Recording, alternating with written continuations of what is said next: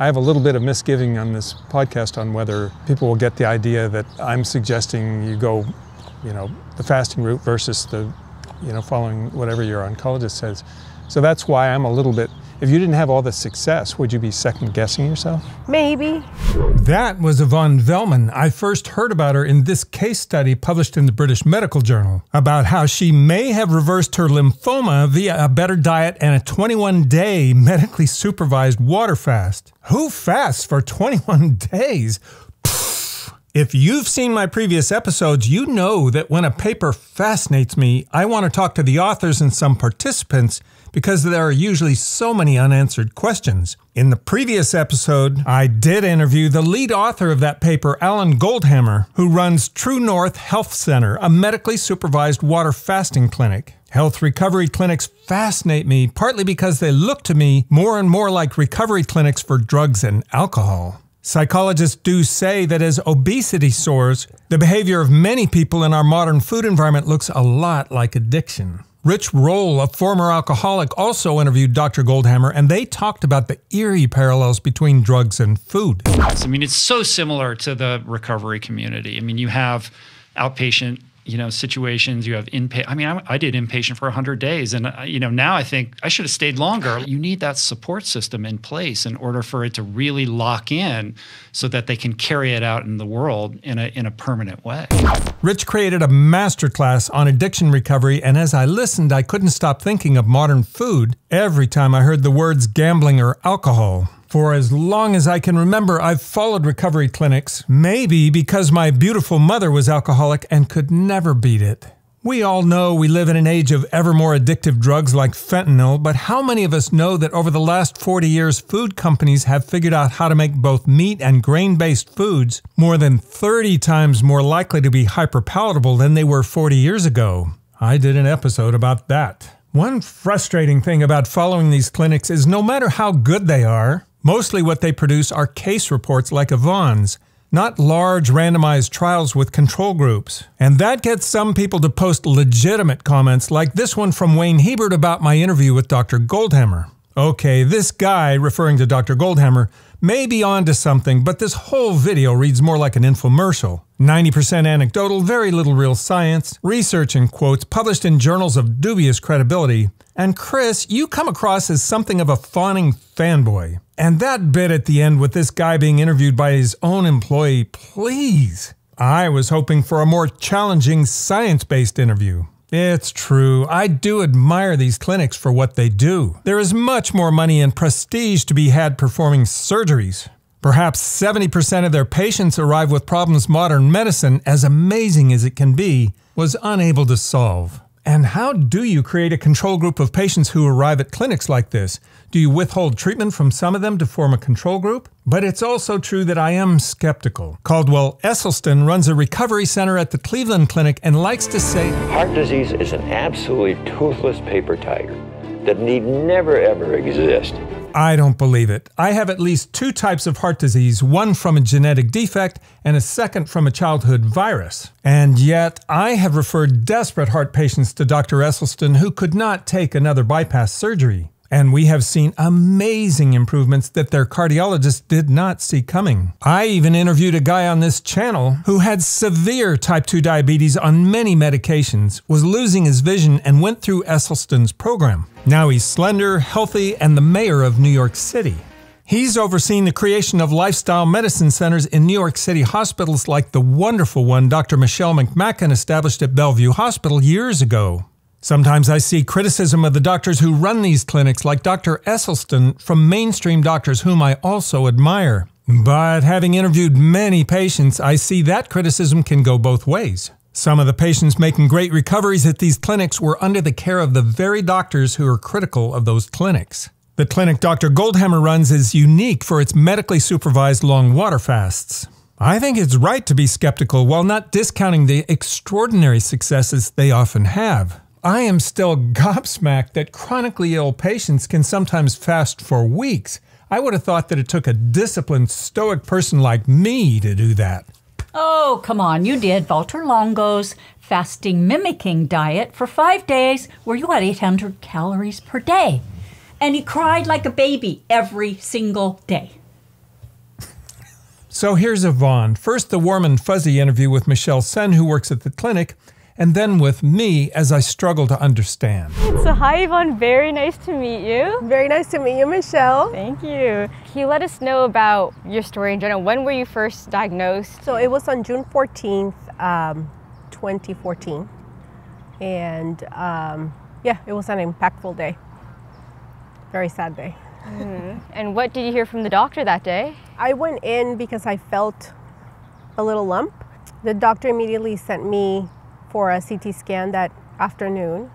And then the next day they called me and asked me to come into the office, and I just knew that something was not right. So when I came in to see the doctor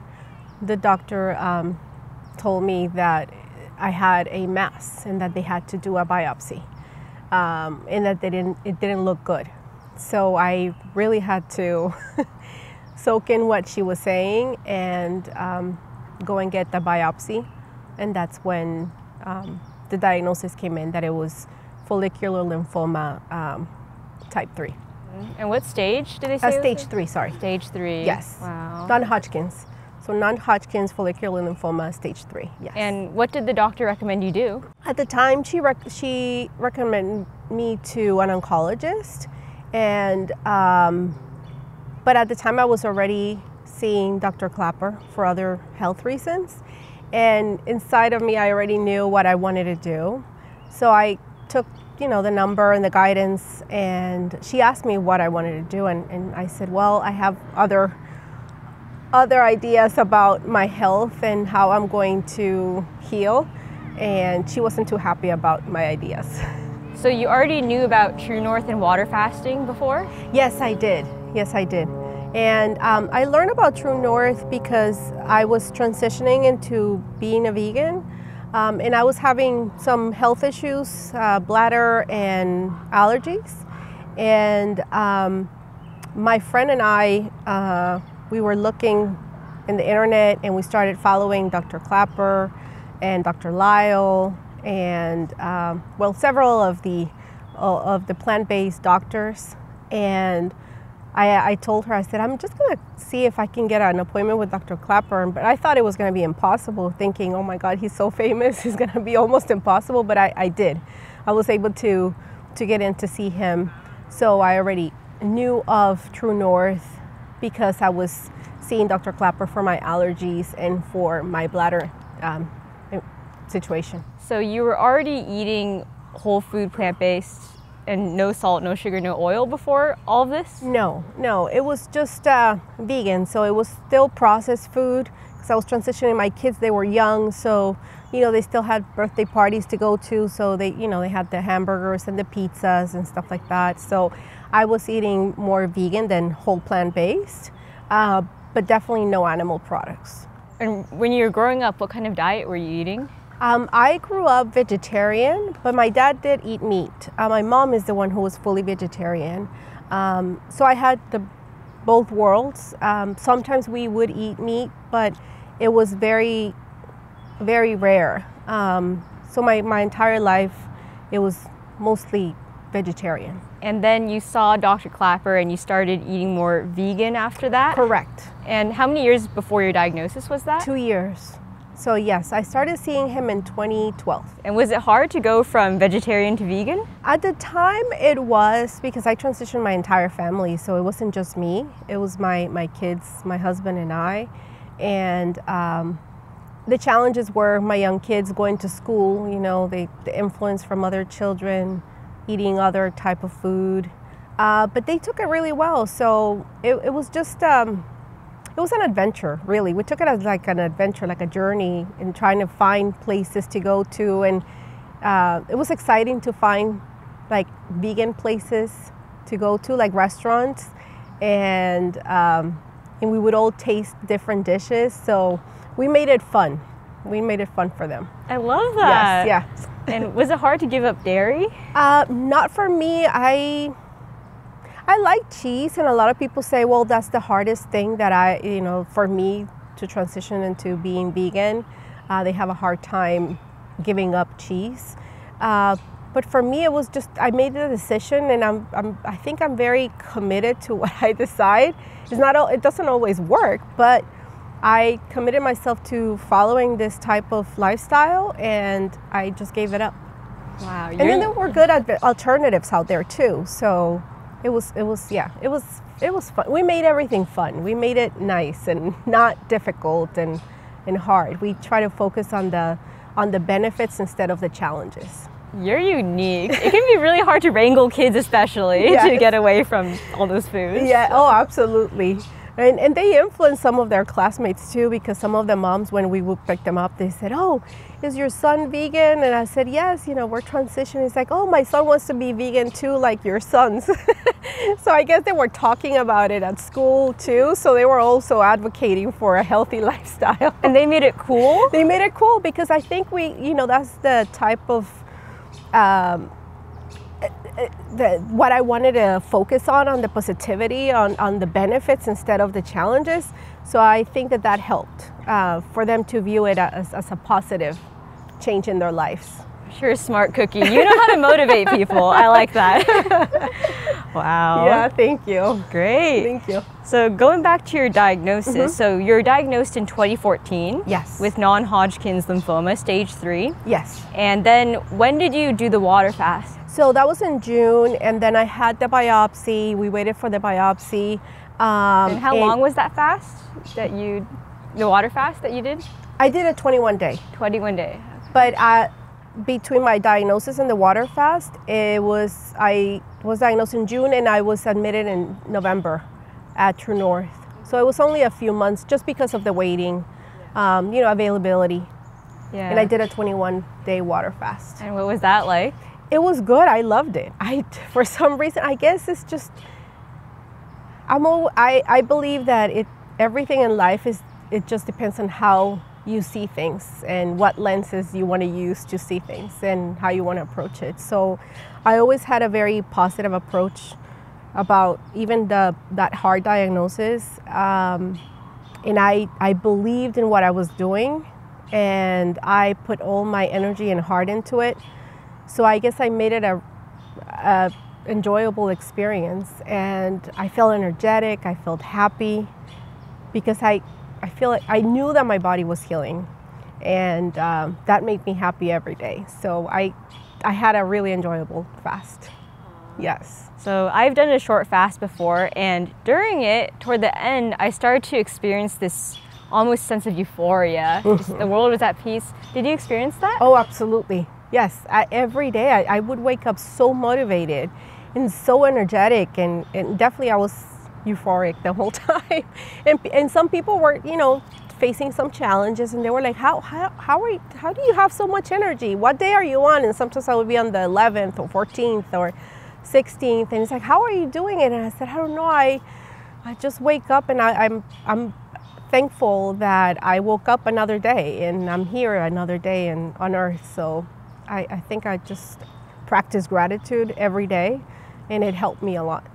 Is that something you've done throughout your whole life, being grateful and positive for everything? My dad was very much like that too, and I think he instilled it in me, and so, yes, I think it just comes natural.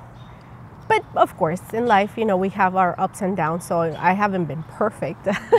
It's just that I try my best, and I'm very conscious about being positive. It sounds like you're already into the more world of alternative medicine, even before the diagnosis, since you had already met Dr. Clapper. So your parents also, in raising you vegetarian, were they in general embracing the concept of lifestyle as a healer? Absolutely. So my grandmother, my paternal grandmother, she was a curandera, which is herbalist, like the version of an herbalist. So growing up, I remember having a sore throat, and my dad would, boil some water and put some salt and make me do saltwater gargles. My mom too, if I had a stomach ache, she would have some herbs and give me an herbal tea. So I grew up that way too, so it was really helpful. My mom would see also a homeopathic doctor. That's why she transitioned as well to vegetarian per his guidance. So for me, I guess I had that in my back pocket, and it was easier than for someone who right now is, omnivore and has to transition into vegetarian or vegan.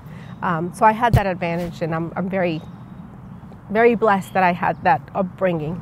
Wow. And you were born in Guatemala? I was born in Guatemala, born and raised. And then you moved to the U.S.? To the U.S., yes. Around what time? I was in my 20s. And I can tell that it was a big difference in my diet as well. I think it really impacted me when I came here and adopted the Western diet. Can you describe what was the difference? Like, what did you eat in Guatemala and what did you eat here? In Guatemala, the Mayan culture is everything is fresh, and they use a lot of seeds. They grind them and they make them into sauces. And most of the dishes are vegetarian. By nature, because meat is expensive. But of course there is meat, and there's a huge, consumption of meat. But most of my life I ate vegetables and from the morning till night. In Guatemala, the breakfast is usually heavy, lunch is also medium, and then dinner is very light. Coming into the U.S., dinner was really heavy. It was a little late, and there was a lot of processed food. And I immediately started gaining weight when I came to the U.S. I mean, I could tell that everything was just starting to get a little tight around my body. Do you remember how much weight you gained? Oh, yeah, it was a good 15 to 20 pounds. So it was a drastic change. And were you at that heavier weight when you got your diagnosis, and then you lost it during the fast, and did you keep it off, or? So when I was first diagnosed, I was at my heaviest. It was awful, and it was a combination of a lot of things, and that's what we were trying to determine with Dr. Clapper, what diet to follow, and in my eating windows and stuff like that. I had a very high demanding job. I wasn't sleeping more than 5 hours, so I wasn't sleeping, and my stress levels were high. So I was at my highest when I did my first fast. And after my first fast, I gained, I think 10 back because the changes were hard. Eliminating stress is hard. That takes time. And the sleeping, I had young kids, and we lived far from where I worked. So one of the changes that Dr. Goldhamer suggested is you need to move closer to work. And so we made it happen. That is not easy, but we made it happen eventually. So we just took, little steps into getting rid of the stress and all those variables that were contributing to my, to my weight gain. Oh, great. Yes. So after you fasted, when did you go in for your scan to see if you still had masses? It was about 4 or 5 months after my fast, and that's when we saw that the tumors had significantly reduced. And then I had another CT scan, and that's when there was no evidence of the disease anymore. And how far out was that CT scan from the conclusion of your fast? About 5 months. Yeah, and I don't have the facts very fresh in my mind, and my husband said, well, if you want to get facts, maybe look back at your records, but I hate looking back. For some reason, I have this emotional disconnect with what happened. I just want to move forward. So I'm always very cautious because, I don't want to steer people the wrong way or make them doubt my testimony. But it's just hard to go back to the exact times, but it was around 5 months. Yeah, I understand. Yes. And thank you again just for even going back and recollecting these memories, because I know it's a lot. It is a lot. It used to be hard for me to talk about it. I would just avoid it and then just kind of live the day. But then I realized that talking about it was also helping others. And so then again, trying to be positive, I try to steer something negative into something positive, and I changed my approach to helping others. So then after this fast, did you also start steering more toward a healthier vegan diet? Yes, absolutely. Yes, less processed food, and it was challenging with the kids again, but I myself, because of the situation that I was in, I made sure that I ate more whole plant-based. The kids, I eliminated a lot of the fast food vegan options. And I could tell the difference. My energy levels were higher. I felt healthier. My skin was radiant. People would say, "Oh my God, you look great," and I feel like it was just inside, from the inside out. So how much did these tumors shrink by, or the masses shrink by? So initially they shrunk almost half. And then it was just a few months after that they disappeared. And how many years ago was this? 8 years. 8 years. And ever Yes. since then, they're still gone? Yes. Are they now completely gone? Gone. Yeah, Completely. they've been gone since 2015. Completely gone. Some people know that most 10 to 20% of cases of non-Hodgkin's lymphoma spontaneously resolve themselves. So in your case, how do we know that that wasn't it and that it was fasting and diet that did it? So that's why I've been going back to TrueNorth, and I've been, they've been studying my case, and we've been monitoring the progress and the results. There's no guarantee. You never know what's going to happen. But what I know is that I've been free of cancer for 8 years, and that's a long time. And I haven't had any issues at all. Not even, they haven't even grown a minimum, so they're completely gone. And that's just what gives me peace every day. And do your doctors believe it, the conventional ones? The conventional doctor, the first doctor after I came back after the first fast, he was impressed. He said, "Ivonne, I can't ask you too many questions about it, but I really want you to continue to do what you're doing." At the time I was seeing 2 doctors. I would alternate between Stanford and Diablo Valley Oncology. And the doctor from Stanford, she just didn't think that, the fast had contributed to the healing. She thought that it was just a remission, a natural remission of the non-Hodgkin's lymphoma. And she explained to me that that's how lymphoma naturally behaves. And at the time, I just, accepted her her guidance, but I believed strongly that I was healed, and I just continue to believe. And my most recent CT scan was last October, and it continues to show clear. Following the guidance from the doctors to eliminate the stress, adopt a really healthy whole plant-based diet, being positive. I think attitude is 80% of the healing for anyone, regardless of the health protocol that they choose. So for me, I felt like I believed, I wanted to live. I had the big will to live for my kids, for my family.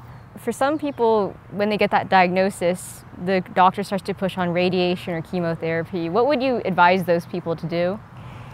It's a personal choice. It's a personal choice, and I feel like whatever you put your heart into, and if you strongly believe in the path you're going to follow, it will work.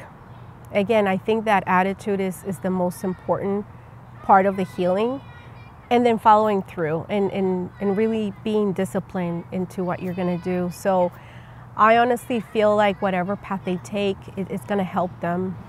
Many people after leaving TrueNorth have difficulty sustaining the healthy lifestyle. So how have you done it? It's not easy, especially I tell Dr. Goldhamer that he's my little angel talking to me over here all the angel time. Or He's devil, like, we're not sure. But yeah, we're not sure, but he's always like, "Are you sure you weren't going to eat that?" Or it's not easy. Society, we're in a. I mean, you would really have to alienate yourself from society to really be very diligent. Like when you go to TrueNorth, you're in a very safe environment where everyone is doing the same, and then they understand you. And then when you come out in the real world, there's the questions of, are you getting enough protein? Are you getting enough vitamins? And are you sure you're eating enough? And all these questions that can get tiring. And it can also cause some doubt for some people if they're not sure that that's the path they want to take. So what I would say is you have to really believe that this is your path to healing. If you believe that this is your medicine, then there's no doubt that you're going to make the right choices. And yes, there's temptation, you know, a cake or, I don't know, a wine or chips, whatever it is. Don't feel guilty about just doing it once but then following through the next day. It can fall into a bad habit as well. But just don't guilt yourself. And I'm talking to myself when I say that, because I've gone through that path where I feel really guilty about getting a little cookie, right? Or having an ounce of wine. And it's not healthy for the body and for yourself. Right. And at TrueNorth, it sounds like since you've shared your story, others have probably opened up to you. Have you heard of other people's cancers going away after fasting? I've just heard of progress, not fully remission. Personally, I haven't gotten to know them, but I think that there are some case studies already that they're following them, you know, after, to see how many years they've been cancer-free. So I've heard of them, but I don't know them. The people that I know right now that were at my last fast, their progress has been amazing. They're almost like 75% recovered. In their different ages, different lifestyles, so I think it all plays into the healing. Yeah, and they recovered from cancer or other things they had? Specifically lymphoma. So we kind of created this little group of all the non-Hodgkin's lymphoma patients. And yes, they've been healing. I love that. Yes, yeah, they're doing really, really well. I love that. Very and I happy. have to say, we have a lot of patients at TrueNorth who come for lymphoma, and I think they're inspired by your case study. I'm so glad. I'm so glad. That's why I do this. I opened up and share my story, and I hope it helps others. It's literally saving lives, so thank you. Thank you. Were there any negatives to your experience at TrueNorth or with fasting? You know, each fast is different. So I've done 3 fasts. The first one in 2014. The second one was in 2017. And this last one right now, it was in 2023. This last one, I faced some challenges. My electrolytes went low. And I don't know if it's part of aging. You know, the first time I did my fast, I was 42 and now I'm 50. So I don't know, it's part of aging and my body changing. But nothing that I couldn't tolerate. Just loss of electrolytes. I just had to get some broth in and then, went back onto my regular fast, but nothing drastic. And are there ways that you think your experience could have been improved? No, not really. I think each one was unique and beautiful. I love the energy of the people there, the doctors, everyone. The staff is amazing. I think, Dr. Goldhamer has made a really good decision of who he chooses to be there for the patients. They're all very attentive, and you can tell the dedication and the devotion for the patients and for the fasting as well, and the benefits that it brings. So yes, each time that I fasted there, I've enjoyed it. I've never had any problems. You probably do have friends, even within the community that you made when you departed, who again struggle with adherence. And Goldhamer says himself, people come to TrueNorth to get so healthy, lymphoma patients even, and then they go back home and they fall off the wagon. They tend to not get as good results. So what do you tell those people? It is hard. Again, like I said, it's very hard, especially depending on the support from the family. I've heard some of these friends that I made recently that the family is not really on board. That can really drag someone down. And I feel like you have to be selfish in a good way. You really have to say, well, I have this condition. This is what I want to do. This is what I believe I'm going to do. And then just do it. And really don't care about your environment or your surroundings. It's hard. But if you know that this can kill you, why not? So I think it's letting go with love. And it sounds like luckily your family, they're all supportive, no Yes. naysayers. No, on the contrary. My husband even did a water fast at home to support me while I was in TrueNorth the first time. Yes. You picked the right person. Yeah, no, he was so kind, and we were kind of exchanging notes, how he felt. He had a very hard fast. But I guess it was because, you know, he had the kids and he was staying home taking care of them while I was fasting at TrueNorth. Wow. Yes. That's amazing. I'm hearing that a lot of factors contributed to your success. You had the family support. Yes. You were already having a very relatively healthy lifestyle. Yes, relatively. Mm-hmm. And then, of course, you did a fast. Wow. That's And now you're a shining example. That's just Thank the you. cherry on top. Thank you. Thank you so much. Yes. No, Wow. absolutely. I agree with everything you just said. It was a combination of a lot of factors. The family support. I also prayed a lot and asked a lot for strength because I knew that it was not going to be an easy path. What was the most unexpected thing that you learned on this whole journey of healing from lymphoma and just all you've been exposed to throughout these years? Well, I didn't know anything about fasting. I knew I'm Catholic, so we do fast during Holy Week or before Holy Week to prep. But that's all I knew about fasting, that it was something that, you give up in exchange for something good. And I guess, if you see it that way, yeah, I gave up eating for 21 days in exchange for my health. But I didn't know the benefits of it. I didn't know that the body was so powerful and it had all what is needed to heal itself. I didn't know how powerful the body was. And for your current lifestyle, you talked about how your meal timing and that eating window also changed. How has that changed throughout your life? So I've changed a few times. From the first and the second fast, I would eat between 11:30 and 6. But during my last fast, I changed now. So now I'm eating in the morning and at noon. And then I fast until the next morning. Because I was still struggling with gaining weight. And I guess my body had kind of got used to what I was doing. So we're just trying to see if that helps. And has it been successful? Yes. No, I've noticed that it helps me a lot too. I'm not too hungry in the morning, so I have a very light breakfast. And then at lunch, I'm moderately hungry. And then when I get home, I'm fine. I just, take care of the kids. They're not kids anymore, they're teenagers, but take care of the family and spend some time with them, and then I go to bed.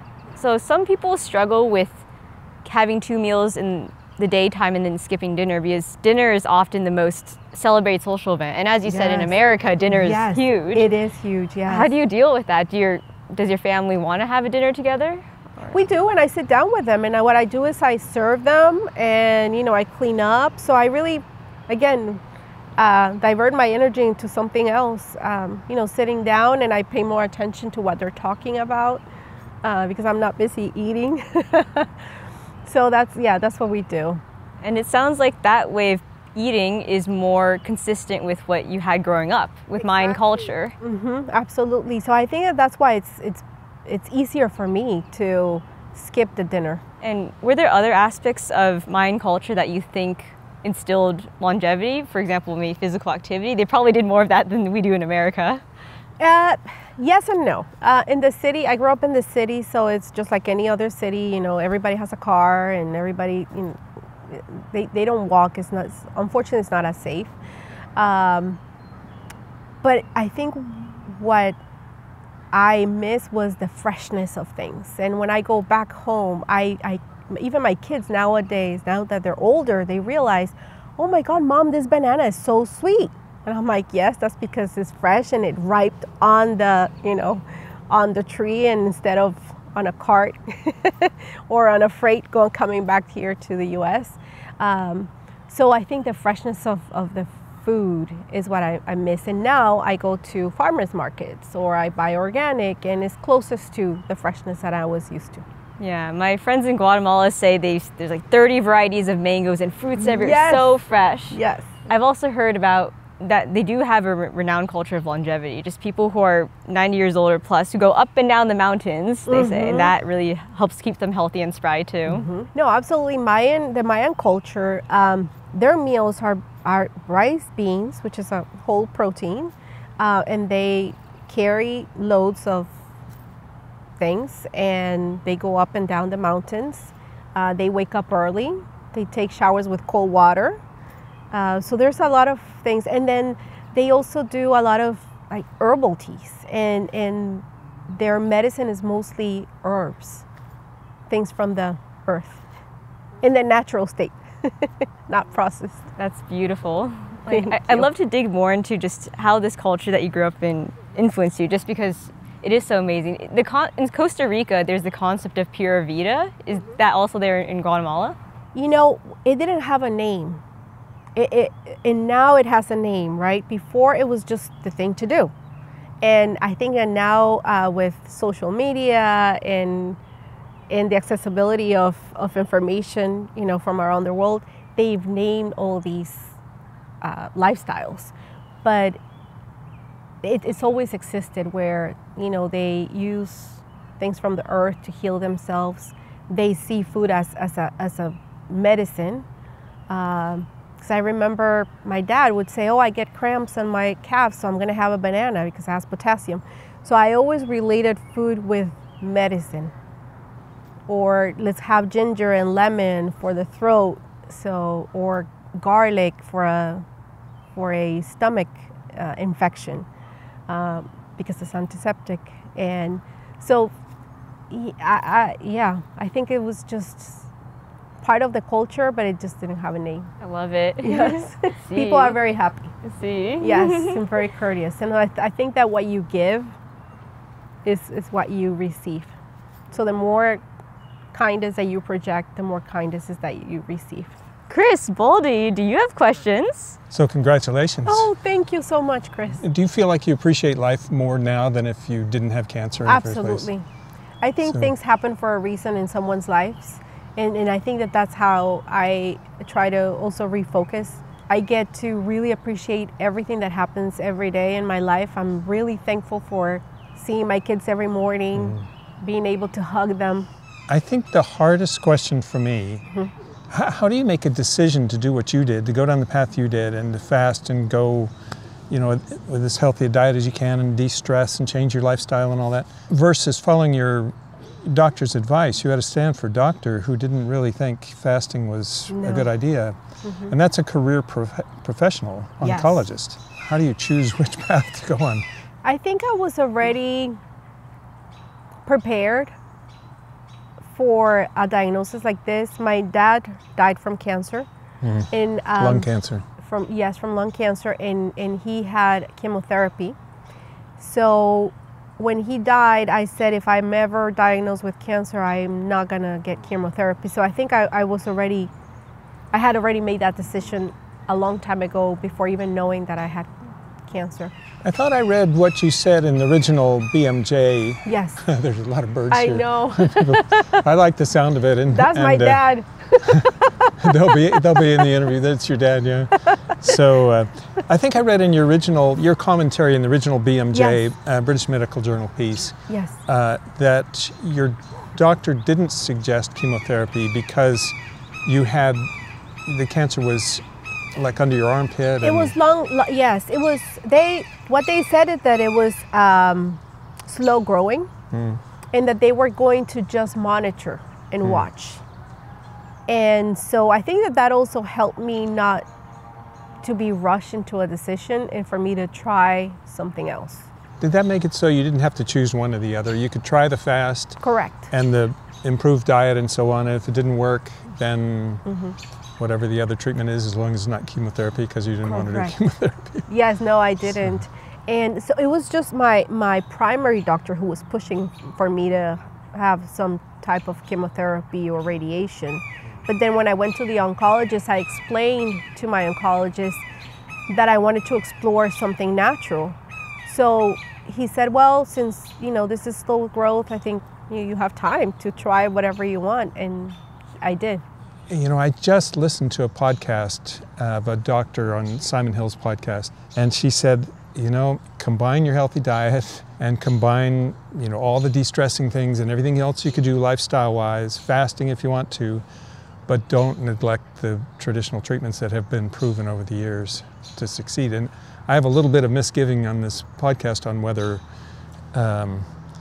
people will get the idea that I'm suggesting you go, you know, the fasting route versus the, you know, following whatever your oncologist says. So that's why I'm a little bit, if you didn't have all the success, would you be second guessing yourself? Maybe, but that's why I said, you know, when I do these, you know, when I do these interviews, I don't also want to misguide people because it doesn't work for everybody. It's a personal decision again. You know, it's a very personal decision, and whatever you put your heart into, that's what's going to work for you. And I've had friends that have tried both, and it worked for them that way. So I think that you just have to follow your heart and your gut. How did you choose a 21-day fast? It started as a 14-day fast, Yes. right? And then you decided, hey, it's going so well. Yes, absolutely. So there was a patient at TrueNorth who had a very successful outcome for her health, and she had shared with me because she happened to be there when I was doing the fast, and we were exchanging notes and outside in the courtyard, and she shared with me her path, and then she said, well, on the 14th day I started feeling a difference in my health. And I had said, well, you know, I was going to do a 14-day fast, so let me see if I can extend it. So I asked Dr. Clapper if I could extend it, and he said, yes, you know, you're still healthy enough to continue your fast. And then sure enough, like 14th, 15th day, I could see the difference. That's when I really started feeling the tumors shrinking and feeling more like softer, more like a blister. Before they were firm, and then they felt more like a blister, more aqueous. So why not a 40-day fast? At the time, I think this patient who I've talked to had been the only one who had done 40 days. I don't know. I mean, I just did 21.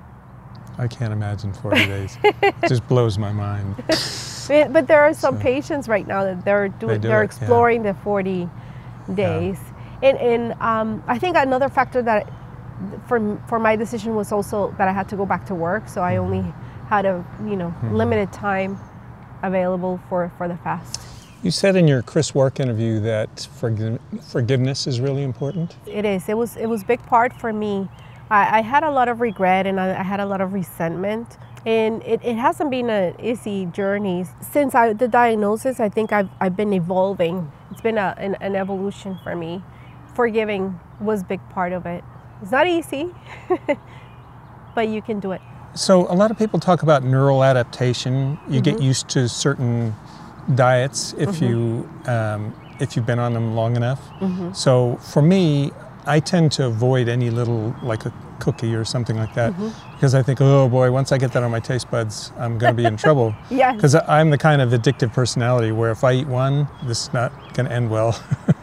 How's been the adaptation for you to be completely 100% plant-based, whole food? What do you miss? I don't miss anything. Truthfully, on the contrary, I enjoy all the foods that I eat because I see it as a medicine. But like you, I also have a very addictive personality where if I go for that cookie, I will want more and more, and I'm like, okay, let me just get it out of my mind. Let me try to do something else.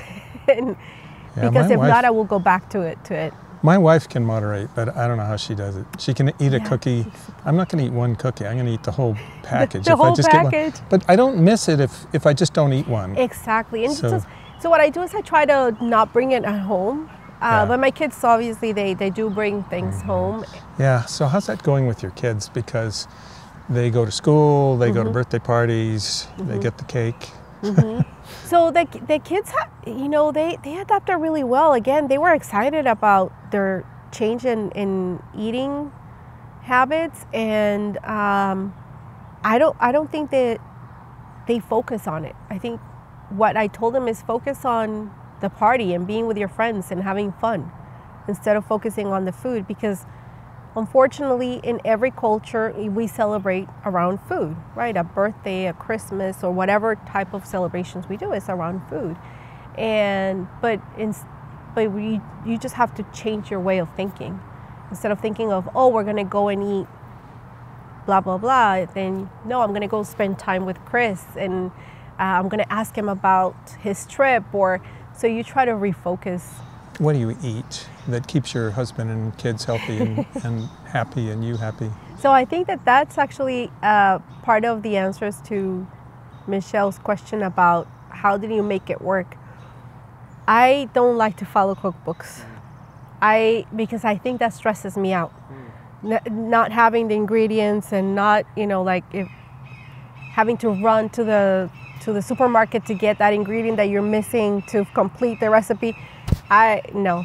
So what I do is I open the refrigerator and I literally, what do I have? And this is what I'm going to cook today. And I'm very simple. I eat mostly raw because I make big salads with everything that I can find in my refrigerator. I will make some rice, or I will cook some potatoes. I'll steam some broccoli or steam some vegetables. And if anything is left over that I steamed, I just make it into a soup. And I like to cook in batches, so I like to cook on Saturdays and Sundays, and then I have some things that are frozen for those times when you're in a rush. So for example, I have to travel a lot, and then when I come back, I've missed those days when I have to do my batch cooking, but I know that I have some things in the freezer that I will unfreeze and eat right away. So Dr. Goldhamer has been lighting up the internet, breaking the internet. When he goes on like the Rich Roll podcast, he gets 4 million views. So I've listened to all his interviews, and one of the things he said is what correlates most strongly to somebody's recovery adherence is determination. Can you talk about that? Yes, definitely determination. I mean, I just see a straight line in front of me, and I know that that's the line that I have to walk. And that's why every day for me, I have less choices to make. In the beginning, I have to make choices. Should I eat the cookie? Should I not eat the cookie? Should I have the glass of wine? But now I know that that's not for me. I'm determined to live longer. I'm determined to be here longer for my kids and my family. And therefore, I follow this straight line. That's funny. That's one of the reasons I don't I don't moderate, is I don't want to be saying, should I have a cookie or should I not? It's an automatic no. I just don't do it. Exactly. So my choices are really clear. My life is really simple. I love my food. There's tons of variety. I don't need to go to Taco Bell. You're a great inspiration to so many. I was trying to put myself in the shoes of someone who has been newly diagnosed or struggling with cancer, watching your interview and thinking, well, she's such an inspiration. She did it. Should I do the same? What would you say to them if you were talking to somebody right now who's tuned in and is saying, I've been newly diagnosed and I'm terrified? What would you say? Follow your gut. Do it. If you feel like the fasting is for you, do it. And give it all you can. Yes, there's going to be some days that you're going to be afraid. That's inevitable. Fear is natural. But that's when you need your rocks. And I feel like there were people in my life who were my rocks, and I went to them for strength. Some of them were spiritual, some of them were my husband, my family. The doctors definitely were people who were really influential. So you have to create a very strong circle that will be there for you, because it's not easy. It's not easy. Those days when you're afraid and what if I do this and what if they continue to grow. But you also have to remember that if you live in fear, your body is listening and your body is receiving that information, and they don't know the body doesn't know how to differentiate if it's true or not, or if it's just a thought. Every thought impacts our body. So that's what I would say. Create a really strong circle of support, and then follow your gut and do it and believe. Is it hard for you to do these interviews? It brings back memories, but not as much anymore, because I know that I'm giving hope to others that were in this situation. The first interview was very hard for me, and I got really emotional because I felt like I was relieving those moments, difficult moments, but not anymore. Now I think I do it more happy that I can help others. When my sons were teenagers, we were surrounded by World War II veterans. My sons were involved in youth groups, and sometimes I would speak there, or I would arrange speakers and so on. And I would ask these World War II veterans to speak there, and they would always say, no, I can't relive that. I just can't do it. And then I would appeal to them several years later and say, but think of the good you could do for these youth. And then they would go quiet, and eventually they would say, okay, I'll do it. And then they gave these unforgettable, life-changing, stories. Mm-hmm. What didn't we ask you that you want to talk about? Spiritual for me was key as well. Anyone with any type of creed or belief, or even if it's just believe in the universe and the energies of the universe, I think it's also a big part of the healing. Express your gratitude for being here. Express your gratitude for having a beautiful day. The birds, even though they're annoying because they're interrupting our interview, but they're singing, and it's a beautiful sound. Imagine a world without birds.